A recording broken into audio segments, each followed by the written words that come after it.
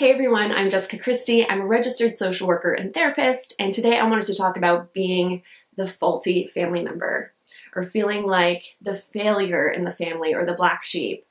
And this has been coming up a lot in my practice, and I feel like people feel very alone in that because they're like, I'm the odd one out. I'm the person that needs to be changed in my family. What is wrong with me? And taking that on personally.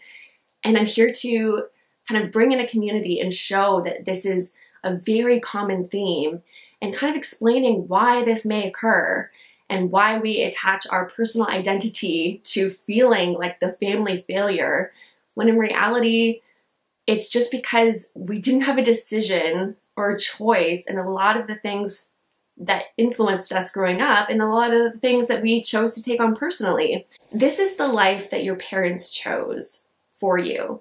They chose to raise you in a certain house or condo or environment. They chose to raise you in a rural community or a city. They chose to get married, maybe have kids, have this amount of kids, and it's not necessarily in alignment with what you would have chosen for yourself.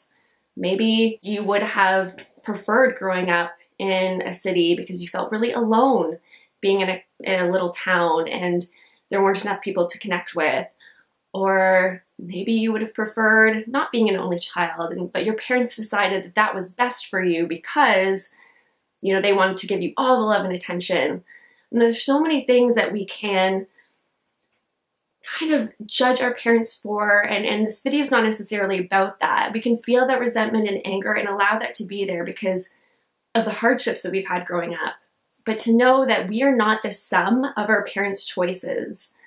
Our parents chose so many things for us that we've now latched our identity onto. I'm a small town girl. I am the middle child. That's just who I am. When we didn't have a choice in these decisions, yet they're a huge part of our identity.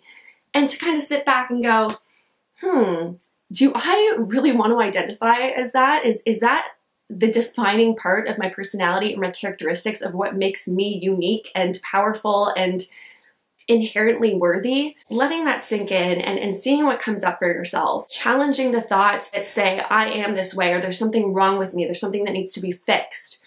Maybe your parents would have preferred if you got married or had kids or went to this school or had this career, and that is totally out of alignment with your values and what you want for yourself and your goals.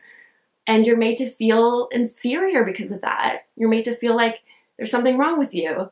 I'm here to say that there's not anything wrong with you. It doesn't need to be fixed. It doesn't need to be changed. It's a conditioning that we've latched onto, and we call ourselves this person based on a series of choices that were made for us by our parental figures, or our guardians, or our caregivers.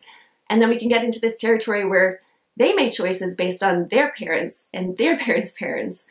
And now we are identifying as a result of all these generational choices that we didn't want necessarily. So kind of challenging that and going, do I want to step into my power?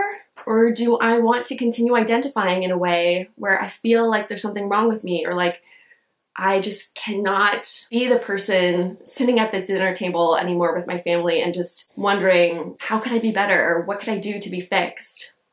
Normalizing this conversation about feeling like the family failure and challenging that and seeing what arises for you. And I'd love to hear your thoughts, anything that came up during the course of this video or anything that comes up, you know, in the next few hours or days for you. Let's create a community and start talking about it, and anything that you may want to see from me in the future, please let me know, and I'll see you in the next one. Okay, bye.